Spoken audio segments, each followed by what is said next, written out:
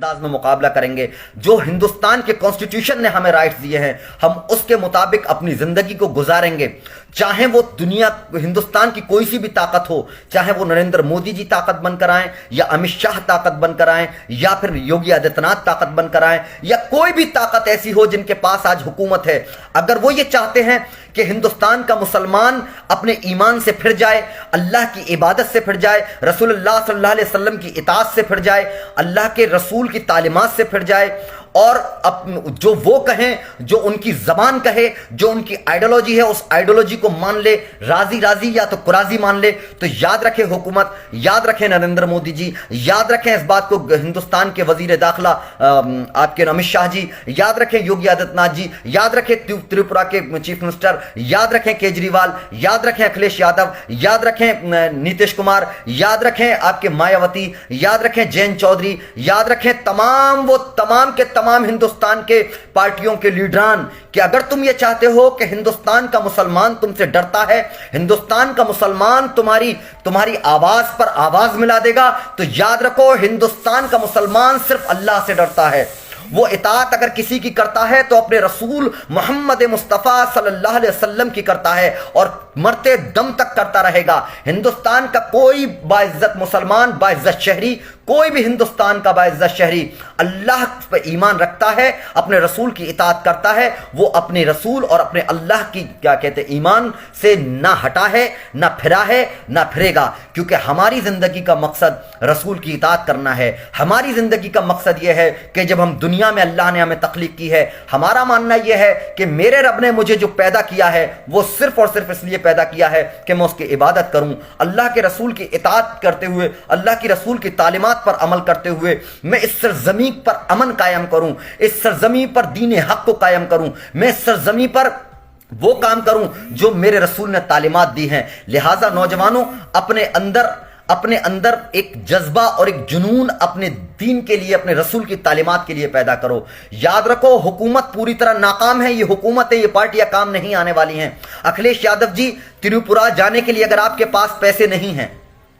کیونکہ گورکھپور کی آواز اٹھانے کے لیے ان کے جو شہید ہوئے تھے, جنہیں قتل کیا گیا تھا پولیس نے, گورکھپور پولیس نے جنہیں قتل کیا تھا, ان کی آواز اٹھانے کے لیے آپ کے پاس وقت ہے, کانگریس کے پاس جانے کے لیے وقت ہے, وہاں پر جہاں پر لکھیم پور کھیری میں جو ہوا ان کی آواز اٹھانے کے لیے ہر لیڈر کے پاس وقت ہے, ان کے وہاں جانے کے لیے وقت ہے, لیکن تریپورہ کے لیے آواز نہیں اٹھانے کے لیے وقت نہیں ہے. بے شک اکھلیش یادو جی, آپ کے پاس اتنے پیسے نہیں ہیں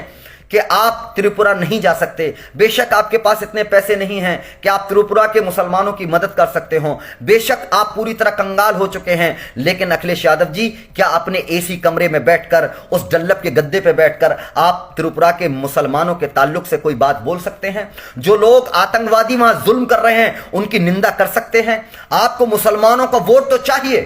اتر پردیش کے مسلمانوں کو ووٹ تو چاہیے, بدلے میں ٹری آپ دینے کا وعدہ تو کرتے ہیں, ہمیں ٹری نہیں چاہیے.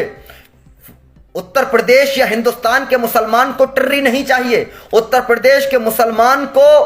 کیا کہتے ہیں, یہ اس طرح کی چیزیں, لبھانے وعدے, لیپ ٹاپ نہیں چاہیے. اتر پردیش یا ہندوستان کے مسلمان کو سب سے پہلے اپنے مذہب پر چلنے کی آزادی چاہیے جو کانسٹیٹیوشن نے دی ہے.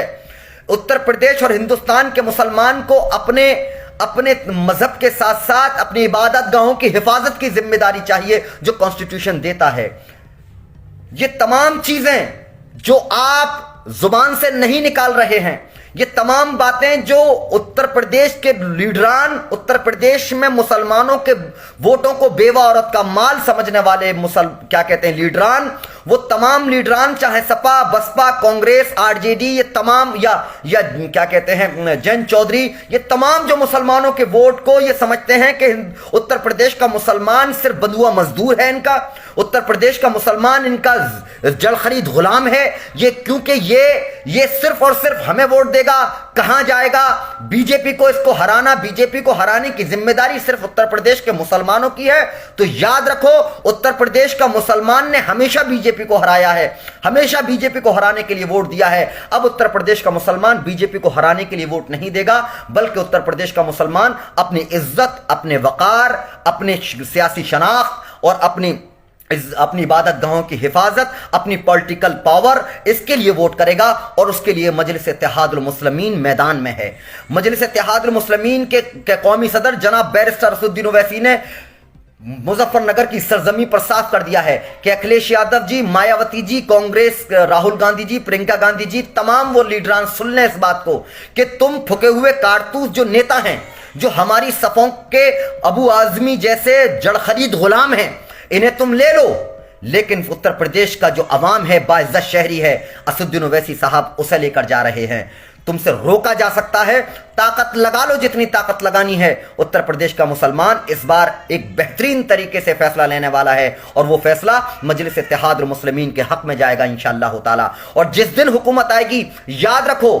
اکھلیش یادو جی، تم تمام اپنے مخالفین کی لسٹ بنا رہے ہو، ان لسٹوں میں احتشام علی بابر کا بھی نام لکھ لینا، احتشام علی بابر جیسے تمام لوگوں کا نام لکھ لینا۔ ہم تمہارے خلاف بولے تھے،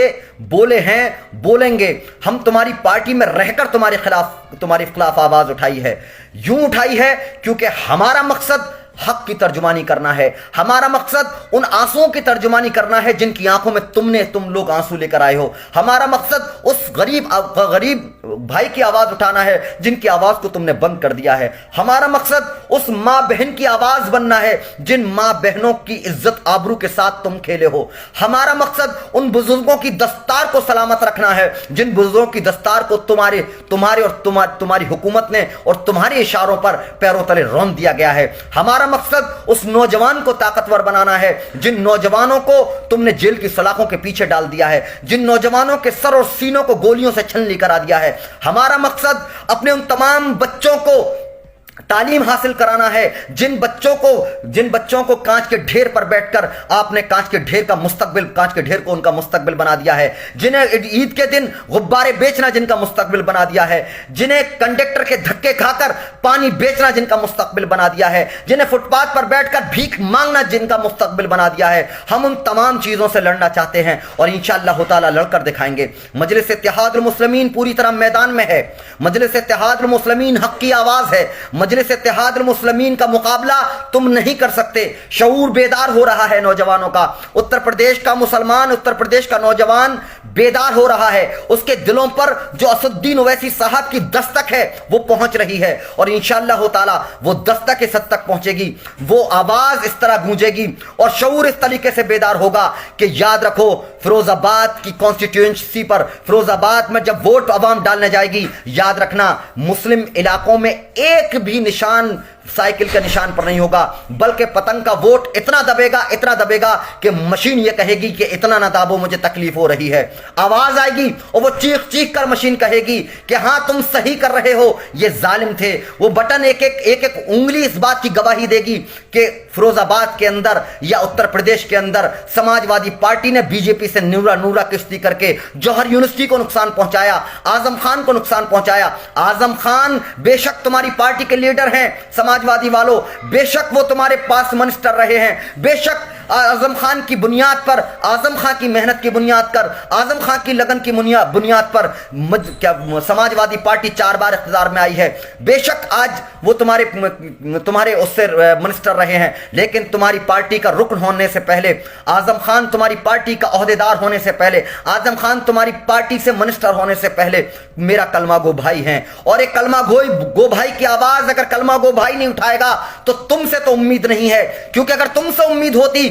اعظم خان جیل جاتے رہے، ان کی اہلیہ جیل گئیں، ان کے فرزند جیل گئے، لیکن اکھلیش یادو تم اپنے گھر میں بیٹھ کر اسی کمرے میں بیٹھ کر تماشا دیکھتے رہے، جوہر یونیورسٹی لوٹتی رہی، جوہر یونیورسٹی کی لائبریری سے تمام کتابوں کو لوٹا گیا، پرشاسن نے لوٹا، لیکن اکھلیش یادو تم تماشین بن کر تماشا دیکھتے رہے۔ عوام جان چکی ہے تمہارے چہرے کو، تم نے جو بی جے پی سے مل کر نورا کشتی کر کے تمام لوگوں کو، اعظم خان کو اور اعظم خان کو نقصان سے زیادہ جوہر یونیورسٹی کو جو نقصان پہنچایا گیا ہے وہ مسلمانوں کے دلوں پر ایک ٹیس ہے۔ یاد رکھو تمام اتر پردیش کے مظلوم عوام، اور سنیے